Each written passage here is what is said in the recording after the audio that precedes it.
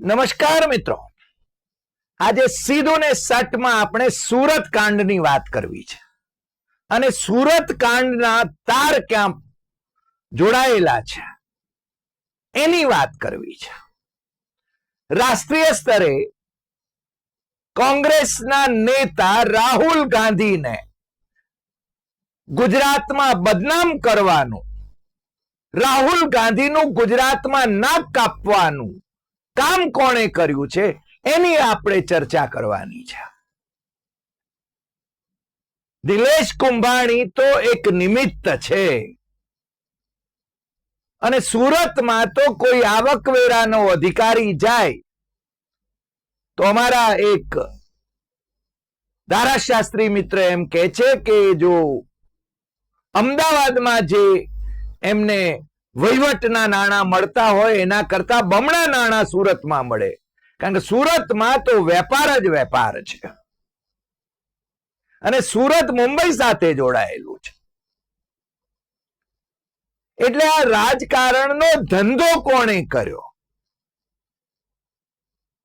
એની આપણે વાત કરવાની છે અને એના પ્રત્યાઘાતો શું પડી શકે એની વાત કરવી છે. ને એ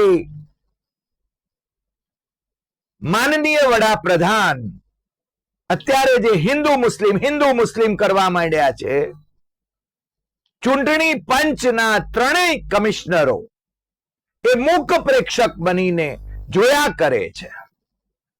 ચૂંટણીની આચાર સંહિતાનું ખુલ્લેઆમ ઉલ્લંઘન થઈ રહ્યું છે અને મને લાગે છે કે વડાપ્રધાનની વિરુદ્ધમાં, એમના ઉચ્ચારણોની વિરુદ્ધમાં એમણે જે હિન્દુઓને ઉશ્કેરવાની કોશિશ કરી કે મુસ્લિમ વિરોધી નિવેદનો કર્યા, એના સંદર્ભમાં ઓછામાં ઓછા 17,000 લોકોએ પોલીસમાં અને ઇલેક્શન કમિશનમાં ફરિયાદ કરી છે. એમાં કોંગ્રેસનો પણ સમાવેશ છે અને છતાં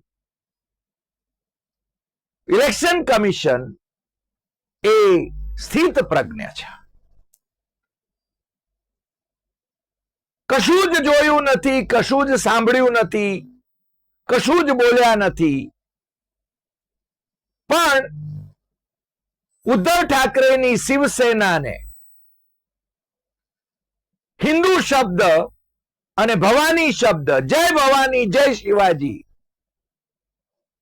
આ ગીતમાંથી રદ કરવા માટે કે છે, ત્યારે એ બંકો, એ બાળાસાહેબ ઠાકરેનો દીકરો એ ચૂંટણી પંચને પણ પડકારી શકે છે ને એને ખબર છે કે હિન્દુત્વને નામે વોટ માંગવાને કારણે સુપ્રીમ કોર્ટના ચુકાદાને અનુસરીને ચૂંટણી પંચે 6 વર્ષ સુધી શિવસેનાના સુપ્રીમો બાળાસાહેબ ઠાકરેને મતદાન કરવાથી કે ચૂંટણી લડવાથી વંચિત રાખ્યા હતા.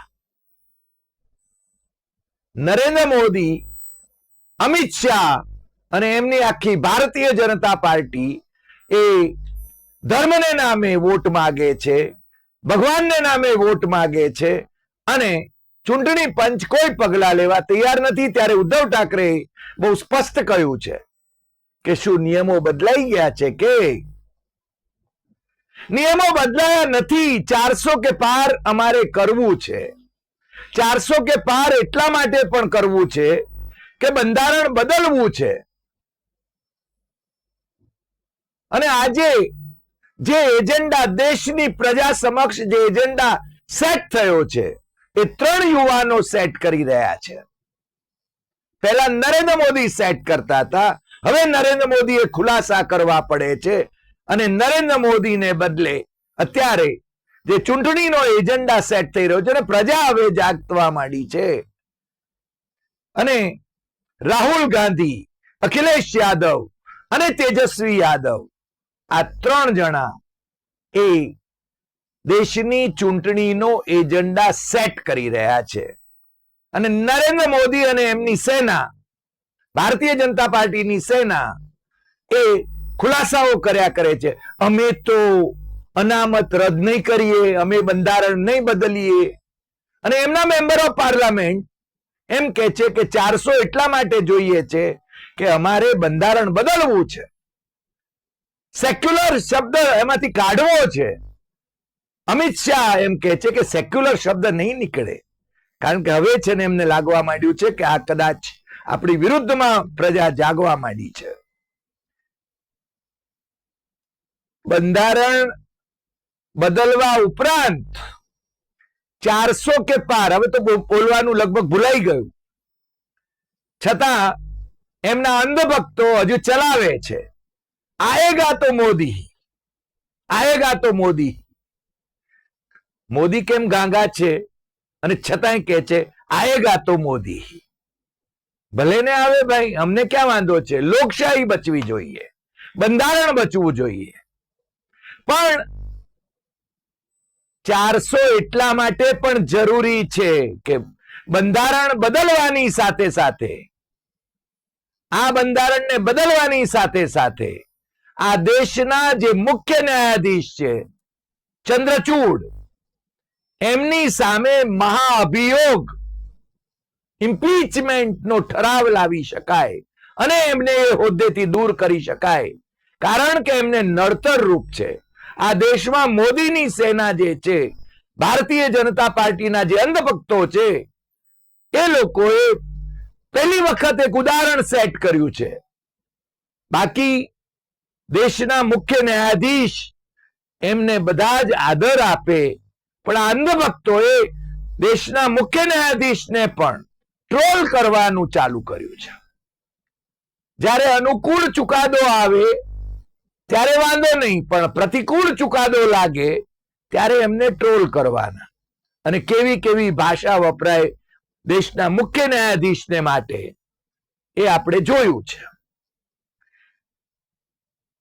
સુરતમાં ભારતીય જનતા પાર્ટીના મુકેશ દલાલ એ એકાએક 8 સ્પર્ધકોએ કાં તો 2 જણાનું ઉમેદવારી પત્ર રદ થયું, કોંગ્રેસ સહિતનાનું, અને કાં બાકીના જે ઉમેદવારો હતા એમણે પોતાની ઉમેદવારી પાછી ખેંચી લીધી. અને પોલીસ તંત્રએ એક ઉમેદવારને શોધવા માટે તો વડોદરામાં કોઈકને બારણે ટકોરા પણ મારવા પડ્યા. આ કઈ પ્રજા ન સમજતી હોય એટલી ભોળી નથી, પ્રજા સમજે છે. પણ ગુજરાતી પ્રજા થોડીક સાવધ છે. સુખેથી ધંધો કરવો છે તો ક્યાં આ વળી માથાકૂટો વોરી લેવી. પણ પ્રજા સમજદારી દાખવે છે. સુરતમાં જે કંઈ બન્યું એની આપણે તો ચર્ચા કરીશું જ, પણ સાથે સાથે ભારતીય જનતા પાર્ટીના ઉમેદવાર એ બિનહરીફ થયા તો જાણે કે લોકશાહી લૂંટાઈ ગઈ, લોકશાહીનો અધિકાર છીનવાઈ ગયો, એવી કાગારોળ પણ સમાજવાદી પાર્ટીના अखिलेश यादव ट्वीट કરીને કર્યો. એમણે કહ્યું કે सूरत में जनता का अपमान हुआ है, वहां वोट ही नहीं डालने दिया गया. हम तो पहले से कह रहे थे भाजपा वोट डालने का अधिकार ही छीन लेगी. देखिए वही हुआ है. ये भी संविधान की हत्या है, क्योंकि इस तरह धांधली से जीते कुछ लोग जनता के चुने हुए प्रतिनिधि नहीं है. भाजपा चुनाव आयोग को ठेंगा दिखा रही है. चुनाव आयोग को कम से कम अपनी मानहानि के लिए तो कार्रवाई करनी चाहिए. અને પછી ચંદીગઢનું ઉદાહરણ પણ એ આપે છે. મારા મિત્ર અને દિવ્ય ભાસ્કરના સ્ટેટ એડિટર દેવેન્દ્ર ભટનાગર ત્વરિત ટિપ્પણીમાં દિવ્ય ભાસ્કરમાં પહેલે પાને લખે છે કે આ લોકશાહીની હત્યા છે. પણ મારો થોડો મત જુદો છે. મારો મત જુદો એટલા માટે પડે છે કે અદાણીની જે ટીવી ચેનલ છે અને જે પ્લેટફોર્મ છે એણે બહુ સ્પષ્ટપણે એક અહેવાલ આપ્યો છે અને નામો સાથે આપ્યો છે કે 1951 થી માંડીને અત્યાર સુધી 35 લોકસભાના સભ્યો બિનહરીફ ચૂંટાયા છે.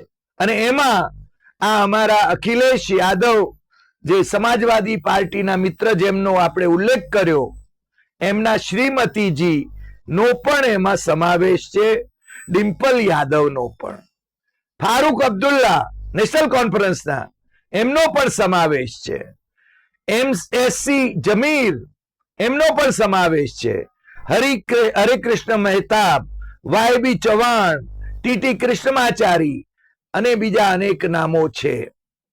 એટલે બિનહરીફ નથી થતા એવું નહીં. પણ ભારતીય જનતા પાર્ટી જે રીતે બિનહરીફ કરાવે છે, અરુણાચલ પ્રદેશમાં 60 સભ્યોની ધારાસભા છે. ત્યાં ભારતીય જનતા પાર્ટીએ કોંગ્રેસના સામૂહિક પક્ષાંતર કરાવ્યા. આખા ને આખા મુખ્યમંત્રીને કોંગ્રેસીમાંથી ભારતીય જનતા પાર્ટીના કરી દીધા અને ત્યાં સરકાર પોતાની કરી દીધી. અને સત્તા પીપાસા તો જુઓ, આ વખતે એ અરુણાચલ પ્રદેશ જે સરહદી પ્રદેશ છે, સંવેદનશીલ પ્રદેશ છે, ત્યાં 60 માંથી 10 બેઠકો પર ભારતીય જનતા પાર્ટીના ઉમેદવારો બિનહરીફ ચૂંટાય છે. ચૂંટાયેલા જાહેર કરી દેવામાં આવ્યા. જે રીતે સુરતમાં ભારતીય જનતા પાર્ટીના ઉમેદવારને બિનહરીફ જાહેર કરી દેવામાં આવ્યા. મને આ કેમ સ્થિતિ નિર્માણ થઈ રહી છે એની પણ વાત કરવી છે. અને પછી ગુજરાતમાં રાહુલનું ચૂંટણી પહેલા જ નાક કાપવા માટે કોણ દોષિત છે? એમાં ભારતીય જનતા પાર્ટી વાળા દોષિત નથી. મારે એ જ કહેવું છે અને એનું વિશ્લેષણ આપણે કરીશું, પણ એની ક્રોનોલોજીનો થોડો અભ્યાસ કરી લઈએ. ભાઈ શ્રી નરેન્દ્ર મોદી પહેલા તબક્કાનું જે મતદાન થયું એનાથી ગાંગા છે. એમને મળતા અહેવાલો એ એમને 400 કે પાર નહીં પણ બહુમતી પણ આપી શકે એવી સ્થિતિમાં નથી. કંઈક આસમાની સુલતાની કરીને બહુમતી મેળવી લે અને ત્રીજી વાર એ વડાપ્રધાન બને એવી શક્યતા નકારી શકાય નહીં. અને આ સુરતની ઘટના અને અરુણાચલ પ્રદેશમાં બિનહરીફ ઉમેદવારો જાહેર થઈ જવા ધારાસભામાં એ આસમાની સુલતાની નો એક પ્રકાર જ છે. એનો એક ઘટનાક્રમ શરૂ થયો છે. રાજસ્થાનમાં વસુંધરા રાજે જે મુખ્યમંત્રી હતા એમને ગઈ વખતે એમણે અવગણ્યા. એમણે પહેલી વખતના ધારાસભ્ય ભંવરલાલ શર્માને મુખ્યમંત્રી બનાવીને બતાવી દીધું વસુંધરાને કે તમારા વગર પણ મને ચાલે છે. અને હવે વસુંધરા એ વડાપ્રધાનની રેલીઓમાં પણ જતા નથી. જે રીતે નીતિન ગડકરી નાગપુરમાં એ હારે એવી ભારતીય જનતા પાર્ટીની ટોચની નેતાગીરી ઈચ્છે છે, which is calling the shots. અને તમને આપણે બહુ સ્પષ્ટપણે કહ્યું હતું કે રાજભવનમાં રોકાયા હતા નાગપુરમાં અને નીતિન ગડકરી એમને મળવા નહોતા ગયા. આજે અમારે ત્યાં મહારાષ્ટ્રમાંથી કેટલાક વરિષ્ઠ પત્રકાર મિત્રો આવ્યા અને એ લોકોએ આ વાત બહુ સ્પષ્ટ કરી કે માનનીય વડાપ્રધાન નરેન્દ્ર મોદી અંદર ખાને ઈચ્છે છે કે નીતિન ગડકરી હારી જાય, કારણ કે એક સ્પર્ધક ઓછો થઈ જાય. આ ખેલ સત્તા પીપાસાનો છે અને એ સત્તા પીપાસા ક્યાં સુધી લઈ જશે એ તો ખબર નથી. પરંતુ રાહુલ ગાંધીનું નાક કાપવામાં નરેન્દ્ર મોદી અથવા તો એમના સાથીઓ કરતા, અથવા તો પેલા ધનકુબેરો કરતા, અથવા તો સોદા કરતા, કરોડોની લાણી કરતા લોકો કરતા નરેન્દ્ર મોદીના પોતિકા માણસો જ જવાબદાર છે એવા તારણ ઉપર અમે આવ્યા છીએ. નરેન્દ્ર મોદીના નહીં પણ રાહુલ ગાંધીના. આઈ એમ સોરી. નરેન્દ્ર મોદી તો લાભ લઈ રહ્યા છે. અસંતુષ્ટ લોકોનો લાભ લે. રાજકારણમાં એમ કહેવાય કે everything is fair in love and war and politics. એટલે રાહુલ ગાંધીનું નાક વાઢી નાખવાનું હજી પણ જે કોંગ્રેસીઓ ઈચ્છે છે એવા 4 કોંગ્રેસીઓ હું બહુ સ્પષ્ટપણે એમના નામ લેવા માટે પણ તૈયાર છું. એક, સુરતમાં જે કાર્યાધ્યક્ષ છે કોંગ્રેસના, કદીર પીરઝાદા. બે, ગુજરાત કોંગ્રેસના અધ્યક્ષ શક્તિસિંહ ગોહિલ. ત્રણ, સુરત અને દક્ષિણ ગુજરાતના કોંગ્રેસના all India secretary Usha Naidu. ચાર, ગુજરાતના કોંગ્રેસના પ્રભારી જનરલ સેક્રેટરી મુકુલ વાસનિક. મને ખબર છે કે આ નામો હું જ્યારે ગણાવું છું ત્યારે આ નેતાઓને અને કેટલાક એમના સમર્થકોને આ વાત ગળે ઉતરે એમ નથી, ગમે એમ નથી, પણ ગમે એના કરતા સાચી વાત કેવી એ મારી ફરજ છે. ક્રોનોલોજી કહું, ક્રોનોલોજી બહુ સ્પષ્ટ છે. નિલેશ કુંભાણીની ઉમેદવારી એ કોણે પ્રપોઝ કરી? આ આખો ખેલ 2 થી 2.5 મહિના પહેલાથી રચાયેલો હતો. આમ તો સુરતના પ્રભારી ભરત સોલંકી હતા અને ભરત સોલંકીએ આણંદની બેઠક પણ લડવી હતી, પરંતુ એમને પછી જમ્મુ કાશ્મીર પાઠવી દેવામાં આવ્યા ત્યાંના પ્રભારી તરીકે. એટલે હું ભરત સોલંકીને એટલા જવાબદાર નહીં લેખું. પણ નિલેશ કુંભાણી જે કંઈ હતા એ એક જ માણસનું નામ પ્રપોઝ કરવામાં આવે છે. અને કોણ પ્રપોઝ કરે છે? કદીર પીરઝાદા.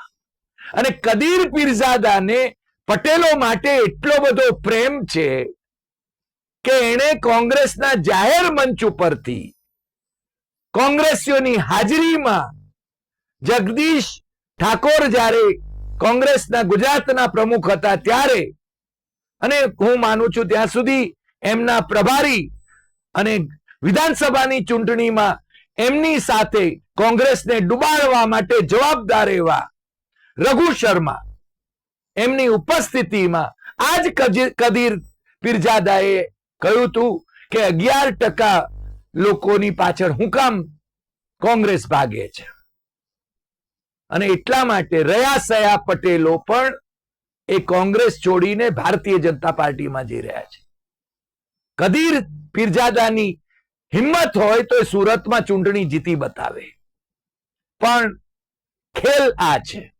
કદીર પીરઝાદાએ પેનલ નામના નામ નહીં આપ્યા, એમણે એક જ નામ આપ્યું, અમને જે માહિતી છે એ પ્રમાણે, શક્તિસિંહ ગોહિલને. અને શક્તિસિંહ ગોહિલે પણ એ નામને આગળ કર્યું. એટલે શક્તિસિંહ આ દોષમાંથી મુક્ત થાય છે એવું નહીં. સુરતની ટિકિટ એ કુંભાણીને આપવામાં આવે એવી રજૂઆત એ કદીર પીરઝાદાની હતી અને એક જ નામ આપ્યું હતું. અને એ નામ શક્તિસિંહ ગોહિલે સ્વીકાર્યું. એટલું જ નહીં, ઉષા નાયડુને રાહુલ ગાંધીની ટીમે અથવા તો ખડગેજીની ટીમે દક્ષિણ ગુજરાતના ચાર્જમાં મૂક્યા હતા. પણ એ બહેનશ્રી દક્ષિણ ગુજરાતમાં આ ઘટનાક્રમથી જાણે કે વાકેફ હતા જ નહીં, અથવા તો એમાં રસ નહીં હોય એમને કદાચ, અને એટલા માટે એ ઓછા દોષિત નથી. અને મુકુલ વાસનિક એ તો આખા ગુજરાતના પ્રભારી, પણ એ પણ જો રઘુ શર્મા થવા જતા હોય તો પછી કોંગ્રેસનું ઉઠામણું જ થઈ જાય. એટલે હું કહું છું કે આ 4 વ્યક્તિઓ જવાબદાર. અને બીજું, કદીર પીરઝાદા એ ગુજરાત કોંગ્રેસના વર્કિંગ પ્રેસિડેન્ટ અને એમણે નિલેશ કુંભાણીના નામની રજૂઆત કરી, ભલામણ કરી, એક જ નામની ભલામણ કરી. આમાં 2 પ્રભારી હતા ત્યાં સુરતમાં, વડોદરાના અનુજ પટેલ અને નવસારીના કોળી પટેલ એ ગોવિંદ પટેલ. પણ એ લોકોને પણ કદાચ પૂછવામાં આવ્યું નહોતું. અને અનુજ પટેલ અને ગોવિંદ પટેલે પણ કોઈ રુચિ લીધી નહોતી. ભરતસિંહ કાશ્મીર જતા પહેલા 2 વખત સુરતનો પ્રવાસ જરૂર કરી આવ્યા હતા, પરંતુ આખો ખેલ જે હતો એનાથી કદાચ એ અજાણ રહ્યા હોય. શક્તિસિંહ ગોહિલ ને પણ અંધારામાં રાખવામાં આવ્યા હોય, પરંતુ કદીર પીરજાદાનું મૌન, કદીર પીરજાદાએ ખુલાસો આપવો જોઈએ અને એ છે ને 11% પટેલો ની વિરુદ્ધમાં જ્યારે નિવેદન કરે છે ત્યારે પણ એની પાર્ટી એનો કોઈ ખુલાસો નથી માંગતી. એ વર્કિંગ પ્રેસિડેન્ટ તરીકે રહે છે. અને એટલે જ કહું છું કે આજે પણ જે સ્ટાર પ્રચારકોના નામ જે જાહેર થયા છે એમાં પણ કાં તો કોઈ 78 વર્ષના વૃદ્ધ, વયોવૃદ્ધ, કાં કોઈ ડાયાલિસિસ વાળા જેમનું હલનચલન જાજુ શક્ય નથી એવા લોકોનો સમાવેશ છે. અને રાહુલ ગાંધી યંગસ્ટર્સને એન્કરેજ કરવા માંગે છે. હા, રાહુલ ગાંધીએ એન્કરેજ કર્યા હતા, હાર્દિક પટેલને એન્કરેજ કર્યા હતા, અલ્પેશ ઠાકોરને એન્કરેજ કર્યા હતા, જિગ્નેશ મેવાણીને એન્કરેજ કર્યા હતા. માત્ર જિગ્નેશ મેવાણી ટક્યા, બાકીના પેલા તો ભાજપમાં ગયા, બધાને ખબર છે. અને ત્યાં જઈને ક્યાં ખોવાયા એ ખબર નથી. ત્યાં સ્ટાર પ્રચારકોની યાદીમાં પણ એ છે કે કેમ એ પણ પ્રશ્ન છે મોટો હાર્દિકભાઈનો. નહીં તો હાર્દિકભાઈ તો અમિત શાહને અને નરેન્દ્ર મોદીને જનરલ ડાયર જેવા શબ્દ પ્રયોગોથી નવાજતા હતા. અને એટલે જ કહીએ છીએ કે જો તમે ઊંઘતા જ રહો શક્તિસિંહ, અને કાં તો તમે જાણતા હતા અને છતાં કાંઈ ન કર્યું, 2 બાબતની શક્યતા છે. રાહુલ ગાંધીનું નાક કાપવા માટે આ 4 જણા જવાબદાર છે. ઓફકોર્સ રાહુલ ગાંધીએ લગભગ ગુજરાતમાં આવવાનું ટાળ્યું છે. એમણે ન્યાય યાત્રામાં આવ્યા અને એ પણ પાછા આદિવાસી પટ્ટામાં આવ્યા. સૌરાષ્ટ્રમાં એક કહેવત છે, અને આપણા જે દર્શકો છે સૌરાષ્ટ્રના, એમાંથી એકે મને કહ્યું કે મોંદું હોય અને એને તેડ્યું હોય, મોંદું છોકરું તેડ્યું હોય અને તો કાખ બગાડે. કોંગ્રેસમાં આવા માંદા છોકરાઓ ને તેડીને કોણ ફરે છે એની ચકાસણી 10 જનપથે કરવાની જરૂર છે. તમારી બાજુમાં બેઠેલા કોના એજન્ટ છે એની ચકાસણી એ લોકોએ કરવાની જરૂર છે. હવે બીજી વાત મારે કરવી છે, અને એ છેલ્લી વાત, કારણ કે આપણો સમય ઘણો બધો વીત્યો છે. ગુજરાત કોંગ્રેસમાં કોંગ્રેસનું નામ ક્યારેક ઉજ્જવળ હતું. આજે કોંગ્રેસ નેસ્તનાબૂદ થઈ ગઈ એમ કે છે. નેસ્તનાબૂદ તો નથી થઈ, પણ 30 વર્ષથી જો સત્તામાં ન હોય અને કોંગ્રેસના ધારાસભ્યો એ ભારતીય જનતા પાર્ટી તરફ દોટ મૂકી રહ્યા હોય તો કોંગ્રેસ લગભગ નેસ્તનાબૂદ ની સ્થિતિમાં છે એવું તો લાગ્યા વિના રહે નહીં. પણ કોંગ્રેસ છતાંય એવી કોંગ્રેસ જે રાષ્ટ્રીય સ્તરે રિવાઇવલ તરફ છે, એ કોંગ્રેસનું નાક ગુજરાતમાં સૌથી પહેલું જો કોઈએ કાપ્યું આ વખતની લોકસભાની ચૂંટણીમાં તો એ રોહન ગુપ્તાએ. કેમ ભાઈ શક્તિસિંહ, રોહન ગુપ્તાને ટિકિટ આપવા માટેનો આટલો બધો રસ કેમ લીધો? જાહેરમાં જવાબ તો આપવો પડશે ને પ્રજાને, કમસે કમ તમારા કોંગ્રેસીઓને જવાબ આપવો પડશે. બીજી વાર નાક કાપ્યું દિનેશ કુંભાણીએ. વહીવટ કેટલાનો થયો એના વિશે અમે નહીં કહીએ. કચ્છમાં પણ વહીવટ થઈ જવાનો હતો. શક્તિસિંહ ગયા હતા, હજુ ડાઉટફુલ છે હો. આજે પણ અમને એના સંદર્ભમાં કહેવામાં આવે છે કે કચ્છ પણ હજુ ડાઉટફુલ છે. અને તમને બધાને કહી દઉં કે કદાચ એવું બને કે ચૂંટણી પ્રચાર ચાલતો હોય, માનનીય વડાપ્રધાન સભા સંબોધતા હોય, ચૂંટણી સભા સંબોધતા હોય, અને કોંગ્રેસના ઉમેદવાર, કોઈક બેઠકના કોંગ્રેસના ઉમેદવાર એ ભારતીય જનતા પાર્ટીનો ખેસ ધારણ કરી લે એ ચૂંટણી સભામાં, તો અમને બહુ આશ્ચર્ય નહીં થાય. 2 જણાએ તો કેસ ધારણ કરી લીધો એમ કહીએ તો ચાલે. રોહન ગુપ્તા તો ગયા, દિનેશ કુંભાણી આજે નથી ગયા પણ કદાચ કાલે જશે.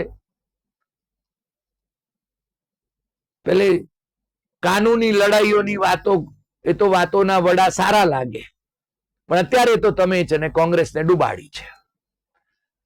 હજી અમને એમ લાગે છે અને અમારી માહિતી એમ કે છે, બહુ સ્પષ્ટપણે નામ હું એટલા માટે નથી આપતો, પણ સૌરાષ્ટ્રની કમસે કમ 2 બેઠકો ઉપરથી ચાલુ ચૂંટણીએ 2 કોંગ્રેસી ઉમેદવારો એ ભારતીય જનતા પાર્ટીમાં જોડાઈ જાય તો અમને કોઈ આઘાત નહીં લાગે, આશ્ચર્ય નહીં થાય. કોંગ્રેસ વાળાઓને પણ કદાચ આશ્ચર્ય નહીં થાય, કારણ કે એમને પણ કદાચ અંદાજ હશે. અને આમ છતાં ગુજરાતમાં પહેલી વખત કોંગ્રેસ લડી રહી હોય એવું લાગે છે.